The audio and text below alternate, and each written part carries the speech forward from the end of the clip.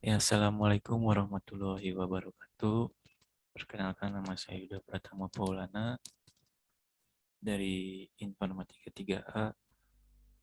Saya akan coba menjelaskan atau ringkasan atau intisari dari film The Pursuit of Happiness ini. Nah, kita ketahui The Pursuit of Happiness ini adalah sebuah film biografi buatan tahun 2006 yang menceritakan kisah hidup Chris Gender, seorang salesman yang berhasil menjadi pialang saham kaya, dan ini film diangkat dari kisah nyata. Nah, di sini banyak hal yang menarik dari alur cerita film ini. Contohnya ketika Chris naik taksi dengan Jay Twistle, seorang manajer Teen Bitter. Chris berusaha menarik perhatian Jay dengan permainan Rubik yang tidak dapat diselesaikan oleh Jay. Chris pun berhasil menyelesaikan Rubik tersebut. Nah, untuk kejadian selanjutnya adalah Chris berhasil masuk di Teen Winter dan mengikuti program internship tanpa bayaran. Meskipun begitu, Chris tetap jual seluruh portable bond scannernya yang masih tersisa. Sampai akhirnya, bank tempat Chris menyimpan uangnya mengambil seluruh uang milik Chris karena ia menunggak pajak.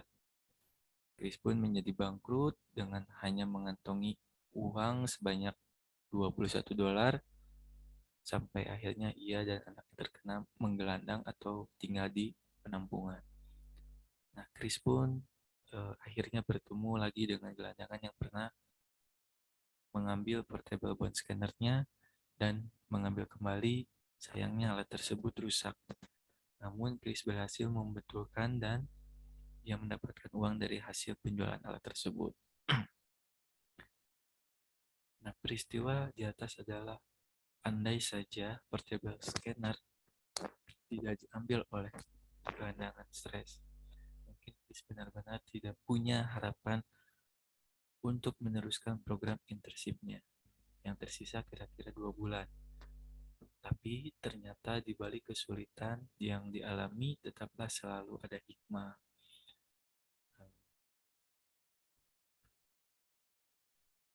Nah, untuk pelajaran hidup yang saya ambil dari film True Story ini, saya dapat memetik beberapa pelajaran penting dari film ini.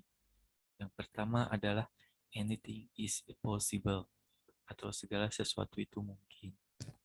Kalau kita ditanya berapa besar peluang seseorang tidak punya rumah, tinggal di jalan, dan punya seorang anak yang harus dijaga, dapat menjadi seorang pialang saham yang sukses dan kemudian memiliki perusahaan pialang saham yang sukses, kita akan secara jujur akan bilang peluangnya adalah nol, tidak ada. Tetapi kisah Chris Gender membuktikan jika impian dan goals yang ingin dicapai begitu jelas dan kita benar-benar menginginkannya, kesulitan dan tantangan apapun bisa diatasi. Nah, untuk yang kedua ini, untuk mencapai sukses, jangan jangan buat alasan atau kegagalan kita dan menyalahkan situasi atau orang lain, tetapi ambil tanggung jawab pribadi untuk mengatasi kesulitan yang ada. Di sini Chris punya segudang alasan dan alibi untuk kegagalannya. Dia bisa saja menyalahkan istrinya yang tidak mendukung dan meninggalkannya. Dia bisa saja menyalahkan orang yang menawarkan peluang alat kedokteran yang membuat dirinya bangkrut. Dia bisa saja menyalahkan Tuhan atas nasib jeleknya. Dia bisa saja menyalahkan pemerintah yang tidak membantunya. Tetapi Chris tidak membuat sebuah alasan tersebut. Dia mengambil tanggung jawab dan mengambil tindakan untuk merubah nasibnya. Banyak orang yang hanya berkeluh kesah dalam situasi yang ada, tetapi seorang pemenang akan ambil tindakan untuk merubah situasi yang ada. Dan yang ketiga ini adalah dalam hidup kita harus mengambil sebuah keputusan. Dan kadangkala keputusan yang kita ambil adalah keputusan yang salah. Itu sejujurnya, sedari hal ini hanya ada satu orang yang tidak pernah membuat keputusan yang salah dalam hidupnya. Siapakah orang itu? Adalah orang yang tidak pernah mengambil keputusan. Untuk sukses, kita perlu berani mengambil keputusan. Jika salah, apa salahnya? Kita belajar dari kesalahan itu dan lalu mengambil keputusan lain yang lebih baik. Itulah cara kerja kehidupan. Dan yang terakhir ini, yang keempat, lakukan pekerjaan atau karir Anda yang disenangi atau dicintai. Saat melakukan pekerjaan yang disenangi, Anda menjadi magnet dan membuat alam semesta mendukung Anda untuk berkembang dengan pesat.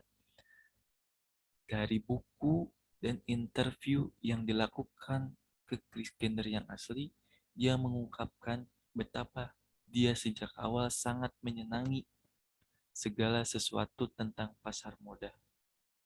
Suasana, kecepatan, kompetisi, dan kesenangan yang didapat dari klien yang puas membuat dirinya tertarik untuk terjun di pasar modal. Jadi temukanlah karir atau bisnis yang dicintai dan alam semesta akan mendukung Anda. Nah, untuk film Pursuit of Happiness ini, yang pelajaran yang saya ambil itu sekian, dan terima kasih.